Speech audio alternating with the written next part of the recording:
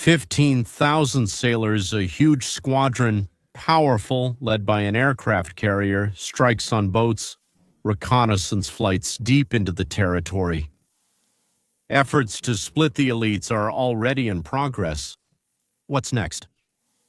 What are our goals, objectives, and capabilities? As many of you know, the dictator president of Venezuela, Nicolas Maduro, has already been recognized by the Department of Justice as a narco-terrorist, with a huge reward of $50 million United States dollars offered for his capture. They have announced a $50 million reward for anyone who turns in Maduro to us or helps in his capture. But you know what? Here's the question. Why do we care so much about Maduro? So, since 2013, when Maduro seized power in Venezuela, the main point of his policy has always been exporting drugs to the United States of America. In fact, since he took power in the country 12 years ago, his entire regime has been built on smuggling drugs into our country. In fact, according to the Drug Enforcement Administration, since Maduro took control of Venezuela in 2013, about 10% of all illegal deadly drugs that entered the United States actually came from Venezuela. And of course, what do all these deadly Venezuelan drugs lead to? That's hundreds of thousands of Americans who have died across the country and millions more with crippling lifelong addictions to these incredibly deadly, life-destroying drugs. Moreover, the reason why Maduro is considered a narco-terrorist and not just an ordinary dictator drug dealer is that his regime has a well-documented history of mixing into relatively harmless drugs like marijuana, for example. They mix more deadly drugs like fentanyl, with the sole and exclusive purpose of killing Americans. Maduro and his cartel makes so much money from selling drugs that even oil has taken a back seat. In Venezuela? In fact, just a few hours ago this morning, President Trump and Secretary of State Marco Rubio officially recognized the Cartel de los Soles as a foreign terrorist organization. And for those of you who don't know, the Cartel de los Soles is a criminal network embedded within the Venezuelan government, led by Nicolas Maduro himself. But, you see, that's actually just the tip of the iceberg of what's happening right now. Because, as I said earlier, President Trump has just officially given the order for direct action against Nicolas Maduro. So, the Cartel de los Soles has seized state power, and now the leadership of Venezuela and the leadership of the cartel are the same people. The Trump administration is reportedly planning a new phase of operations against Venezuela soon to overthrow dictator Nicolas Maduro. United States of America are stepping up military strikes on suspected drug vessels. The Caribbean. C. Lucas Tomlinson is in Trinidad and Tobago and joins us now with the details. Good morning, Lucas. Or the island of Trinidad is also an option. Good morning, Charlie, Ainsley, and Brian. New warnings from the FAA. Several flights from several foreign carriers to Venezuela have been canceled after American F-18 Super Hornet reconnaissance planes and bombers were spotted off the coast. And now Reuters reports that covert operations may soon begin inside Venezuela. This happened a month after President Trump authorized the CIA to carry out these operations. And here's what Reuters reports. 2 American officials said that covert operations are likely to be the first part of a new action against Maduro. Options include trying to overthrow Maduro, but Venezuelan leader Nicolas Maduro remains defiant. Yesterday was his birthday. At the end of last week, he attended a rally with university students. Attendance was probably mandatory. Rachel Campos Duffy interviewed Venezuelan opposition figure Maria Corina Machado, who, like Trump, says that Maduro's days are numbered. I fully trust the strategy that President Trump is developing and his Secretary of State, Marco Rubio. They know exactly who they are dealing with. I believe that Maduro will get a very clear understanding of his options and the future of Venezuela. Maduro started this war. President Trump is ending this war. You know what? Actually, that's the right way to look at it. As we've already said, over the past 12 years, Maduro has personally been the cause of hundreds of thousands of American deaths across the country. In that sense, the war has been ongoing for over 10 years. The difference is that now we actually have a president in the White House, President Trump, who is ready to stand up for all of us, Americans. Bombers in the air is already the next step. If all this is really true and not just a drill, so to speak, for future flights, then it means we're flying to bomb laboratories, warehouses, and transportation centers in Venezuela. If President Trump orders strikes against Maduro's regime, there's enough firepower in the Caribbean Sea. 30% of all United States ships, including the aircraft carrier Gerald Ford. Right now, there are more than 200 Tomahawks on destroyers, United States Marines on the United States Iwo Jima, and other amphibious ships. So, Friends, let's go over everything we know right now. President Trump authorized the CIA to conduct covert operations on the territory of the United States, Venezuela, and these operations may be happening right now. We also have an entire aircraft carrier strike group off the coast of Venezuela right now. We also have many amphibious readiness groups, 5,000 United States Marines, and over 200 Tomahawk missiles. And on top of all that, 4-star General Ray Kane himself is personally off the coast of Venezuela right now. At the same time, Secretary of Defense Pete Hegseth is expecting to fly out to him, possibly even later today. So folks, to be honest, no one really knows how all this will turn out, but as far as I can tell, here's the most likely outcome. We all know that President Trump isn't looking for a massive troop deployment, and we also know that President Trump likes his high-precision, pinpoint strikes. So, if anything, I would assume that we'll see a series of targeted strikes on Maduro and other key figures of his narco-terrorist regime. Then we'll see how the situation develops. Honestly, I'm personally concerned that after the instability in Venezuela, we'll see a migration crisis with refugees trying to flood into the United States, similar to what happened in Europe in 2015 and 2016 after the instability mainly in Syria. However, as you all know, right now our southern border is absolutely sealed. In fact, we haven't had a single illegal border crossing in the last 6 months.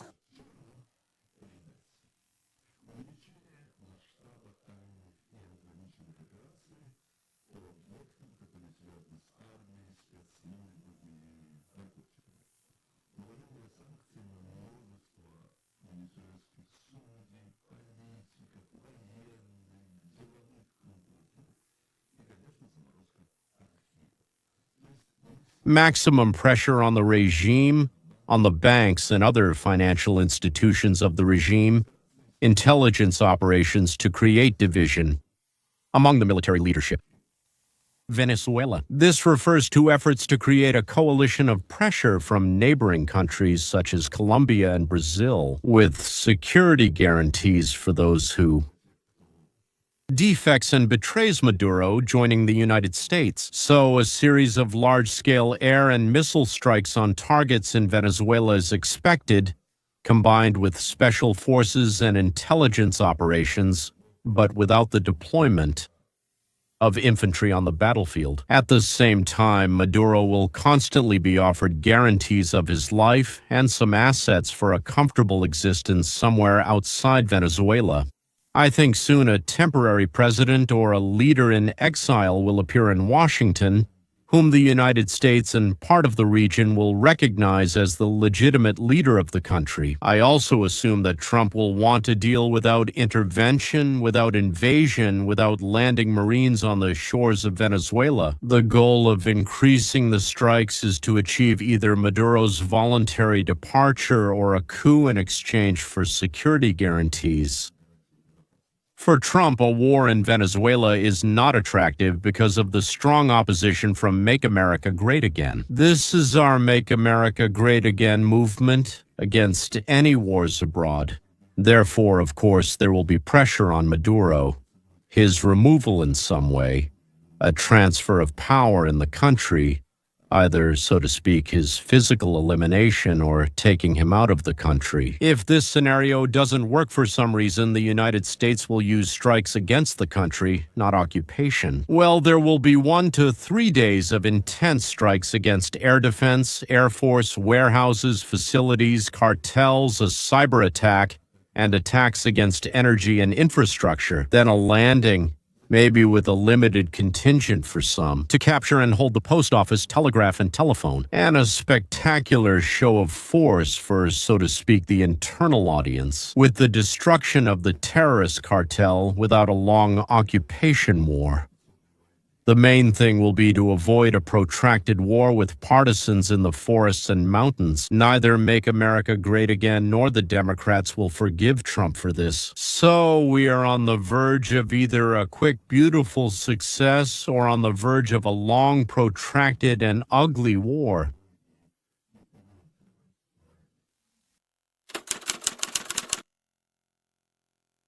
As you probably know, United States Customs has already collected $200 billion in tariffs, which is 2.5 times more than for the entire last year.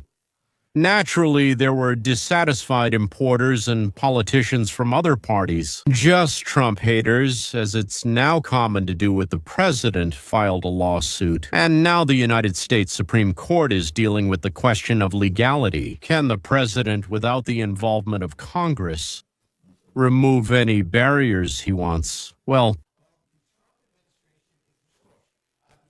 the Trump administration now needs to win a major victory in the Supreme Court after a shocking revelation made this morning by a member of the cabinet. One of the most controversial issues in the Trump administration during the second term was reciprocal tariffs. This is the current policy that the Trump administration is pursuing, and it has been quite profitable for the American people, bringing tens of billions of dollars a month into the United States Treasury. One of the members of Trump's cabinet, Secretary of Commerce Howard Lutnick, appeared this morning on Maria Bartiromo's show and spoke in detail about the Supreme Court hearings concerning Trump's authority to impose reciprocal tariffs. As we know, this has been quite controversial. And let's listen to what Latnick has to say about this Supreme Court decision. We will win this case. That's pretty clear. I sat in the Supreme Court. We will win this case. But the thing is, the president has all sorts of measures and tools throughout his entire term. He has tariff rules 232 in my department. He has 301. He has 338. He has tariffs. They will become part of the national security and economic protection of the American people, carried out by this administration. But we will win this case, so you can worry about a backup plan. But you will see how the Supreme Court will support this president, because this president has proven that he can protect America, and AIPA protects America. So we will win this case. You heard it from me. I'm absolutely sure. I sat through the whole case. We will win. So the Trump administration must be true, and acknowledge this promising sign. Their tariffs will be recognized as legal by the country's Supreme Court. Since this turned out to be quite profitable for the Trump administration and balances our budget, and especially corrects what the Trump administration sees as a trade imbalance. To be honest, got worried when this case went to court. The cornerstone of the economic policy of the Trump and Latnick program was to balance local production and imports using tariffs with the help of tariffs. And Trump moved production from Asia and Mexico to the United States, teaching the population to buy goods made in the United States because it was more profitable for cars. It would be more profitable, let's say, yes, to buy. He balanced our budget and got funds to support the national debt in the United States. So Latnick's optimism really gives me hope. Many of America's foreign adversaries have taken advantage of the powerful American market. For example, China, as an adversary, was granted most favored nation status and favorable trade conditions. At some point around the year 2000, this brought enormous benefits to the Communist Party of China. Now they are the main competitor of the United States, and they have not become any more democratic now than they were before. So that policy of democratization in an attempt to make China more open and free has completely failed. That was a major miscalculation, and there is no reason to believe that free trade with our enemies is a wise policy from a national security standpoint. Americans had somewhat naive ideas about other nations. For example, Bush, the younger, decided that as soon as people in Iraq saw how good democracy was, they would throw out the Islamists and start living like in America. Kissinger and Nixon believed that trade relations with the United States would lead to the fall of the communist regime in China. And Baba thought that profitable deals for Putin and his cooperative would make them friends of the United States. Trump bases relationships on a pragmatic level. You treat me well, I treat you well. You treat me badly, I'll make it so bad for you that you'll howl. No one is turning the other cheek, and there's no love for your neighbor as for yourself. My family, my circle of friends, my country are the most important things to me. That doesn't mean I'm going to do anything bad to you or that I intend to harm you. No, but I will take care of my family and my country first. That's clear from the way you behave. It's clear to scientists, athletes, tram drivers, miners, veterinarians, and bandits. Everyone understands that. The thing is, many of the countries we trade with are hostile to us and seek to take advantage of our market.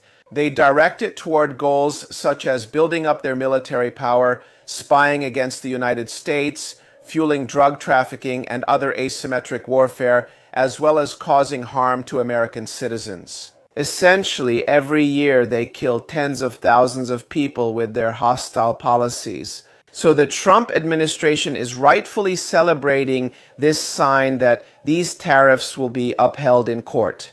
We're coming full circle, returning to Venezuela, and drugs are entering our country.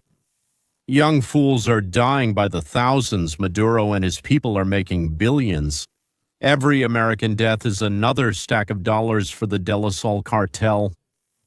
We can negotiate with Venezuela for decades and get a promise that they'll think about it. We can put economic pressure on them, but all their revenue comes from drugs. We can't put a barbed wire along all the shores of the United States. We can't catch their seaboats at night anywhere, all over the sea. The only thing we can do is, well, to prevent this drug epidemic and the death of our children. It's to send the fleet to the shores of Venezuela and somehow make it clear that this is something we will not tolerate the most. That's it, period. Subscribe, gentlemen. Don't forget the bell and like. That's your way of saying thanks to the channel and my thanks to you. And every day you'll get new and interesting content. So, see you tomorrow. See you soon.